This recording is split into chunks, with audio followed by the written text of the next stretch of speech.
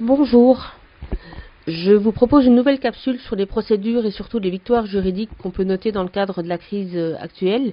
Je voulais attendre un petit peu pour enregistrer cette nouvelle capsule, d'avoir au moins une victoire pour la France, mais cette semaine-ci il n'y en a pas. C'est pas grave, il y en aura plus tard, ça viendra.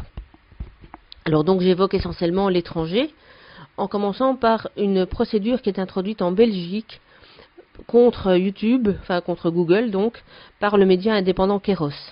Il faut savoir que Keros est un média très actif en Belgique, qui a publié une série de vidéos, et il reproche à Google d'avoir censuré une vidéo de l'année dernière qui avait fait un bon nombre de vues, et dans la mesure où sur le débat sur le fond, en raison de l'arriéré judiciaire, sera fixé uniquement en 2023, il a lancé une procédure en référé pour obtenir que, à titre provisoire, YouTube soit condamné à remettre la vidéo en ligne dans l'attente du jugement futur. Alors pour l'instant, on n'a pas de décision, l'ordonnance devrait être rendue dans le mois, et je vous suggère d'écouter la vidéo qui est une interview de l'avocat de ce média indépendant. Je donne évidemment le lien à Jean-Christophe, donc vous le trouverez sous cette capsule. Toujours à propos de censure de YouTube, cette fois-ci en Allemagne, un tribunal de Cologne a fait droit à la demande de 2 youtubeurs dont les vidéos sur la crise sanitaire avaient été censurées par YouTube, et donc a condamné YouTube à remettre les vidéos en ligne. Je n'ai pas encore la copie de la décision, mais je vous mets malgré tout un lien vers un article qui parle de cette affaire. En Espagne, le tribunal andalou a confirmé la suspension des tests PCR pour les travailleurs des maisons de retraite.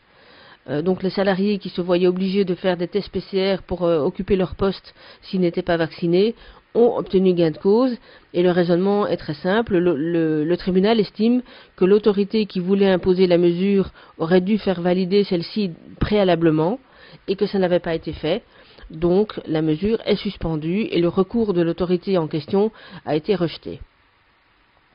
Toujours en Espagne, le tribunal supérieur de justice des Canaries a maintenu la suspension du passeport sanitaire au terme d'une motivation très semblable, c'est-à-dire qu'il aurait fallu que cette mesure de passeport sanitaire soit validée préalablement, ce qui n'avait pas été fait, et donc la suspension est confirmée. En Angleterre, cette fois-ci, un juge a ordonné au gouvernement de fournir au tribunal des preuves justifiant que la vaccination des enfants par le vaccin Covid-19 était utile. En fait, cette décision est intervenue après que les parties plaignantes aient produit devant le tribunal des preuves de l'importance des effets secondaires, notamment cardiaques, et des décès sur les enfants vaccinés.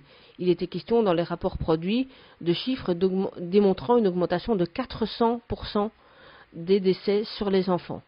Je vous mets de nouveau le lien, comme pour l'ensemble des nouvelles, sous cette vidéo. Aux USA maintenant, une cour de justice de l'Ohio, plus précisément à Cincinnati, a fait droit à la demande de 16 athlètes d'une université. Ceux-ci demandaient à être dispensés de l'obligation vaccinale que leur université faisait peser sur eux pour des raisons religieuses.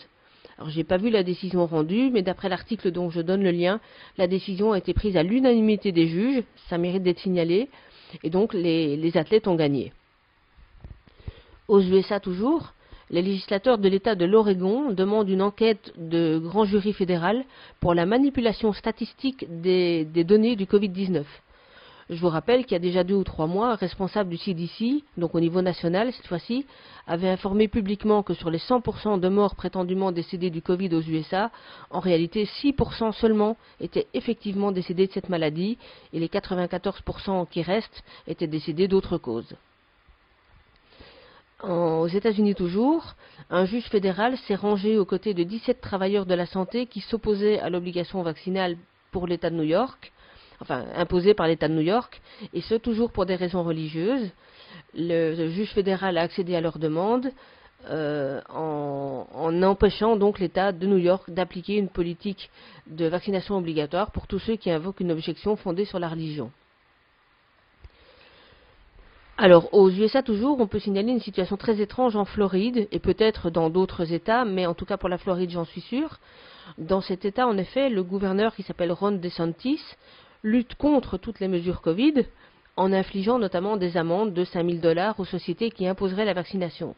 Mais d'un autre côté, ça n'empêche pas les administrations, essentiellement les maires des comtés, de vouloir malgré tout forcer les choses et de continuer dans les obligations vaccinales et les obligations de port de masque. Ainsi, le comté de Léon, ou Léon, je ne sais pas comment il prononce, avait licencié 14 employés qui refusaient de se faire vacciner. Ceux-ci ont porté plainte et un avocat vient d'annoncer que l'État de Floride a infligé une amende de 3,57 millions de dollars au comté concerné.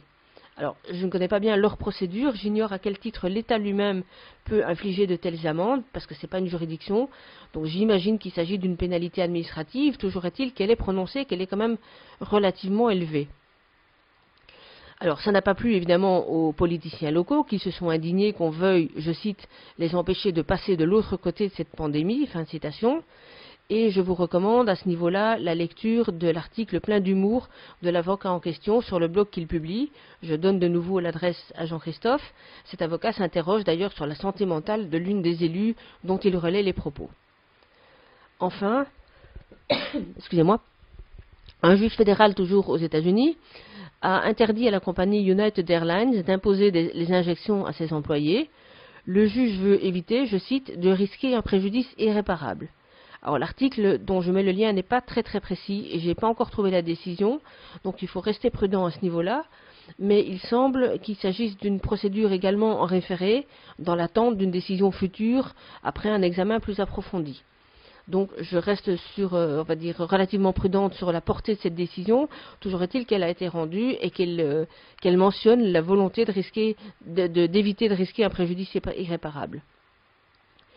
Voilà, donc petite capsule pas très longue aujourd'hui, d'autres nouvelles arriveront, je surveille, je note au fur et à mesure les victoires qu'on engrange, ça va s'accélérer, ne vous inquiétez pas, il faut de la patience, c'est très long, je partage votre impatience sur le fait que les choses puissent bouger et puissent avancer un peu mieux, mais voilà, Rome ne s'est pas fait en un jour, et il faut attendre, il faut patienter. À très bientôt, au revoir.